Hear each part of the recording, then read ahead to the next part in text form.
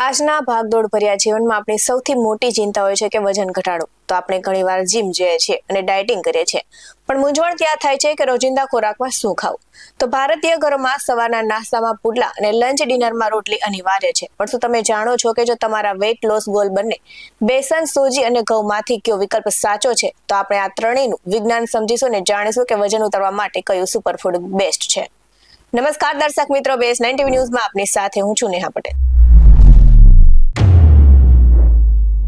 જ્યારે વજન ઘટાડવાની વાત આવે છે ત્યારે આપણા મનમાં સૌથી પહેલો વિચાર આવે છે કે ડાયટિંગ. પણ શું ડાયટિંગનો અર્થ ભૂખ્યા રહેવું એવો થાય છે? બિલકુલ નહીં. ખરેખર તો સાચું ડાયટિંગ એટલે સ્વાદિષ્ટ ભારતીય ખોરાકને સમજદારીપૂર્વક પસંદ કરવો. તો આપણા રસોડામાં રોજ બનતા બેસનના એટલે કે ચણાના લોટના પુડલા, સૂજીના પુડલા અને ઘઉંની રોટલી, આ ત્રણેય દેખાવમાં સમાન લાગે છે, પણ વજન ઉતારવાની પ્રક્રિયામાં ત્રણેયની અસર સાવ અલગ અલગ છે. તો સૌથી પહેલા વાત કરીએ બેસનના પુડલાની એટલે કે ચણાના લોટમાંથી બનતા પુડલાની. તો ડાયટિશિયનો જણાવે છે કે વજન ઘટાડવા માટે તે સૌથી બેસ્ટ છે, કેમ કે બેસનમાં પ્રોટીન પુષ્કળ હોય છે અને સ્નાયુઓને મજબૂત કરે છે અને પેટને લાંબા સમય સુધી ભરેલું રાખે છે, જેની તમને વારંવાર ભૂખ લાગતી નથી. અને આ સાથે બ્લડ સુગરને સંતુલિત રાખે છે. જો તમે પણ ભરપૂર શાકભાજી નાખો છો તો વજન ઘટાડવા માટે તે પાવર હાઉસ બની જાય છે.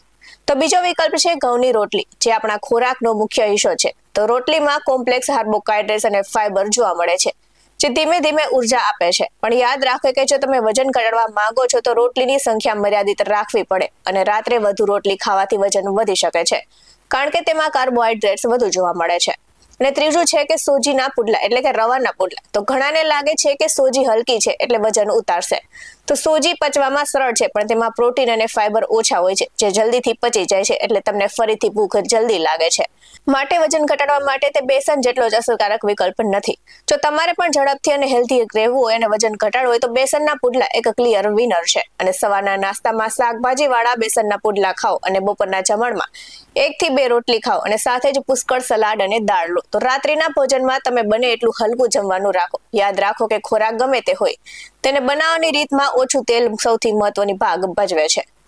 આવા જ વધુ અહેવાલ સાથે ફરી મળતા રહીશું. તમે અમારી YouTube ચેનલને સબસ્ક્રાઇબ કરવાનું અને અમને Facebook અને Instagram પર ફોલો કરવાનું ભૂલશો નહીં. બાકી નવી અપડેટ્સ મેળવવા માટે આપ જોતા રહો BS9 TV ન્યૂઝ. અહીં આપવામાં આવેલી જાણકારી વિવિધ નિષ્ણાતોના જણા પર આધારિત છે. BS9 TV ન્યૂઝ આવી કોઈ પુષ્ટિ નથી કરતું. નમસ્કાર.